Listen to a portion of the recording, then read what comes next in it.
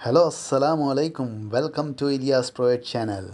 यहाँ पर आप लोग MS office related technology, AI, leadership skills, professional ethics related, motivational related कई चीज़ें सीखेंगे हमारे आने वाले क्लासेस में। हेलो फ्रेंड्स, हम देखेंगे ऑप्शन एक्सप्लिसिट।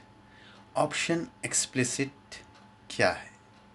उससे पहले आप देखिए कि मैंने यहाँ पे एक कोड लिखा है, dim a string, dim b string, a is equal to tick, b equal to low और range a1 equal to a। अब देखिए मैं यहाँ पे क्या कर रहा हूँ, F8 प्रेस कर रहा हूँ। a टिक ले लिया, वो स्ट्रिंग है, b लो ले लिया और range a1 equal to a। Range a1 equal to a बोल के है। अब मैं F8 प्रेस कर रहा हूँ, मैं कोड रन करा लेकिन रेंज A1 में ए आया ही नहीं और ये कोड बैकग्राउंड में, एक्सेल के बैकग्राउंड में रन होता। तो मुझे कोड तो रन हो गया लेकिन कुछ एरर रहा, तो एरर भी नहीं आया और कोड में जो मैं ए लिखा था वो भी फंक्शन यहाँ पे कुछ रेंज A1 में डिस्प्ले नहीं हुआ। तो मैं कुछ गलत लिखा या सही लिखा ये मुझे पता नहीं चल रहा। तो इसलिए हम ऑप्शन एक्सप्लिसिट यूज़ करते। क्या यूज़ करते? ऑप्शन एक्सप्लिसिट यूज़ करते। ऑप्शन एक्सप्लिसिट ये है कि है ना, आप आपके कोड के स्टेटमेंट से पहले उस ऑप्शन एक्सप्लिसिट को लिखते, यानी यहाँ पे पहले ही डिक्लेयर करते आप। जैसे कि ऑप्शन एक्सप्लिसिट, ये एक स्टेटमेंट आप पहले बोल दे रहे क्या है ना, ऑप्शन एक्सप्लिसिट। यानी इसका मतलब ये है कि है ना, यहाँ ऑप्शन एक्सप्लिसिट इसलिए यूज़ करते हैं हम ताकि सभी वेरिएबल्स जो भी आप अपने कोड में लिख रहे उसको आप डिक्लेयर करना। अगर से डिक्लेयर नहीं करेंगे तो वो आपको है ना एरर बताते रहेंगे, एरर बताते रहेंगे कि ये वेरिएबल या ये लेटर या ये टेक्स्ट और आप है ना डिक्लेयर नहीं करें। तो आप देखिए, जैसे कि मैं यहाँ पे सब ऑप पे F8 क्लिक करूँ, ऑप्शन एक्सप्लिसिट स्टेटमेंट दे दिया, F8 क्लिक करूँ, वो बता दे रहा कि ए डिक्लेयर नहीं हुआ। ए डिक्लेयर नहीं हुआ क्योंकि हमने इसे डबल कामास के बीच में नहीं रखा है। पहली चीज़, अगर रख देते थे तो ये समझ जाएगा कि ए यानी एक टेक्स्ट है, वो रेंज A1 में पेश करना। लेकिन हम यहाँ पे देना क्या चाह रहे थे कि है ना, ये देना चाह रहे थे। कौन सा?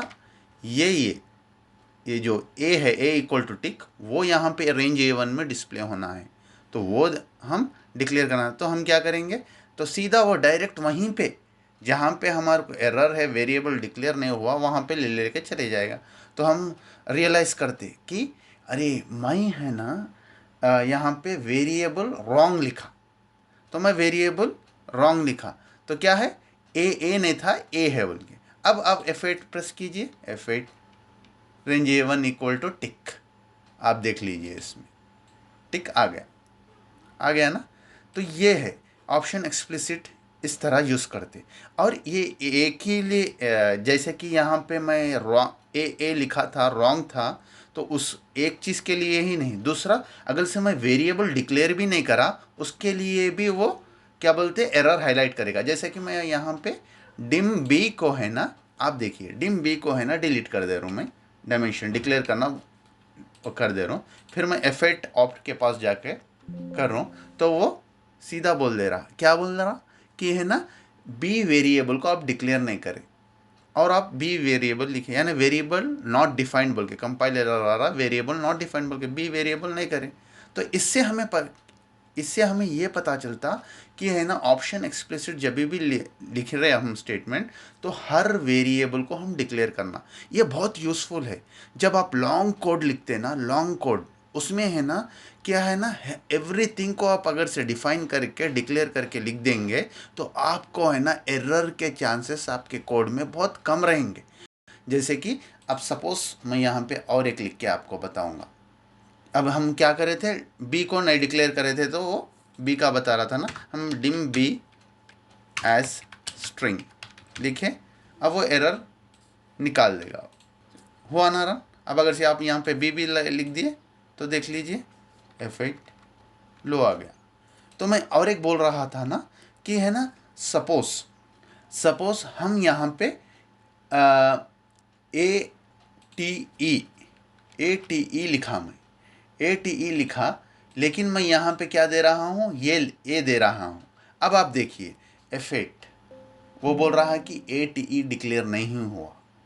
इसी तरह से जो कुछ भी हम है ना लिखेंगे, इसी तरह से जो कुछ भी हम लिखेंगे ना, वो सब कुछ है ना वेरिएबल्स को है ना ऑलरेडी डिक्लेयर करना पड़ता है। ये बहुत अच्छा ऑप्शन है।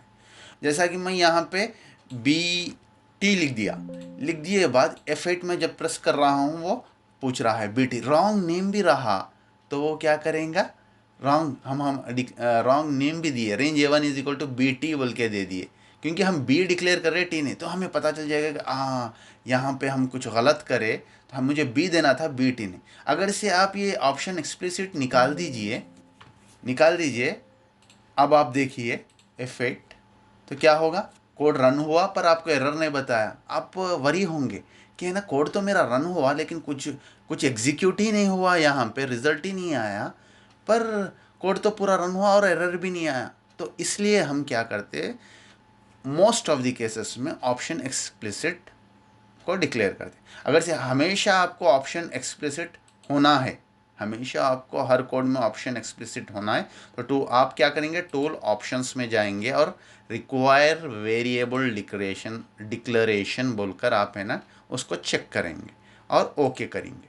तो है ना, अब आप जब भी है ना इंसर्ट मॉड्यूल क्लिक करेंगे तो वो फाइलें क्या करेंगे, ऑप्शन एक्सप्लिसिट बोलकर आपको क्या बोलते हैं स्टेटमेंट फाइलें आ जाएंगे। उसके बाद आप अपना कोड लिखेंगे। ये ऑप्शन एक्सप्लिसिट फंक्शन का यूज़ है। तो बने रहिए हमारे चैनल इलियास प्रो एज के साथ। मैं आपके लिए बेहतरीन अंदाज में समझने के लिए कई वीडियोस लेकर आऊँगा। शुक्रिया। अल्लाह हाफिज़।